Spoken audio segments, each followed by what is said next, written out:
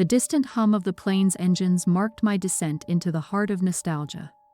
At 37, I found myself at the brink of a high school reunion, a chance to revisit the chapters of my past. Landing at the nearest airport, I secured a rental car for the 35-mile journey through the rural expanse that cradled the memories of my youth. As I cruised along, reminiscing about the good old days, I spotted a figure on the side of the road, frantically waving me down. Squinting against the fading sunlight, I realized it was Jim, or at least someone who bore an uncanny resemblance. The car eased to a stop, and as I rolled down the window, the warm breeze carried a sense of familiarity. "Long time no see," I greeted, a smile spreading across my face. Jim's response was a nod, his eyes carrying the weight of 2 decades. Jim hopped into the car, and we started catching up. It had been 2 decades since our paths had crossed, but he seemed remarkably unchanged, maybe just a bit more weathered by the years. As we approached town, I suggested heading to the VFW for a drink, a common meeting spot for locals. However, Jim declined, urging me to take him home instead. Memories flooded back as we navigated the streets, passing landmarks of my youth. I mentioned his parents' house, only a few blocks from my grandmother's, but Jim redirected me towards the outskirts of town. I assumed he had moved since our last encounter. When we reached a mobile home park at the edge of town, Jim insisted I drop him off right there.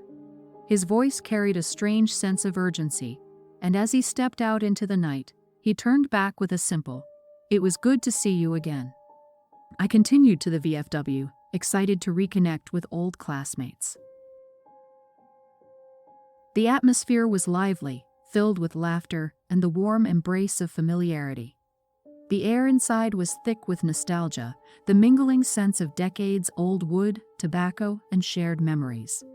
Old classmates greeted me with embraces and hearty laughter, each face a living chapter in the story of our youth.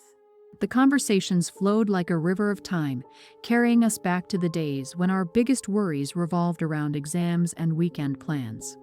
As we chatted about who would be attending the reunion, I casually mentioned picking up Jim just outside of town. The room fell silent, the karaoke singer paused mid-note, and all eyes turned towards me. My cousin, usually full of color and life, went pale as a new t-shirt. "Barb," he stammered. "Jim died on that curve 8 years ago. Rolled his car. We were all at his funeral." Confusion wrapped around me like a heavy fog. It felt like time had frozen, and I struggled to comprehend the words that hung in the air. I excused myself and stumbled out to the car, hoping the cool night air would clear my head. As I took deep breaths, my gaze fell upon the seat, and there it was. A local newspaper, aged and yellowed, with a date from 8 years ago.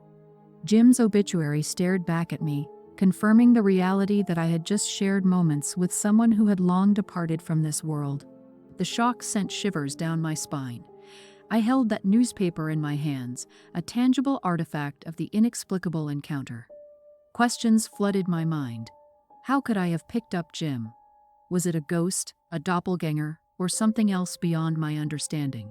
The reunion, once a celebration, now felt like a haunted gathering. I couldn't shake the unsettling feeling that I had crossed paths with a spirit from the past. Each familiar face I encountered held a weight of uncertainty. Were they really here, or were they echoes of a time that no longer existed? Throughout the night, I found myself in a daze, lost in contemplation. I shared my eerie experience with a few close friends, and the consensus was a mix of disbelief and unease. Some suggested it was a vivid dream or a figment of my imagination, but the newspaper in my hands served as a stark reminder that what I had lived through was undeniably real. The hours passed like a surreal dream, and as the reunion came to an end, I couldn't escape the lingering questions. I returned to my rented car, the weight of the past heavy on my shoulders. The drive back through the rural landscape felt different. The silence now carried an eerie undertone, and the shadows seemed to whisper secrets of a world beyond our comprehension. As I reflect on that night, I'm left with a profound sense of awe and uncertainty. Was it a glimpse into a parallel reality, a glitch in the fabric of time, or a simple twist of fate? The newspaper clutched in my hand serves as a tangible link to an inexplicable event, a testament to the mysteries that weave through the tapestry of our lives.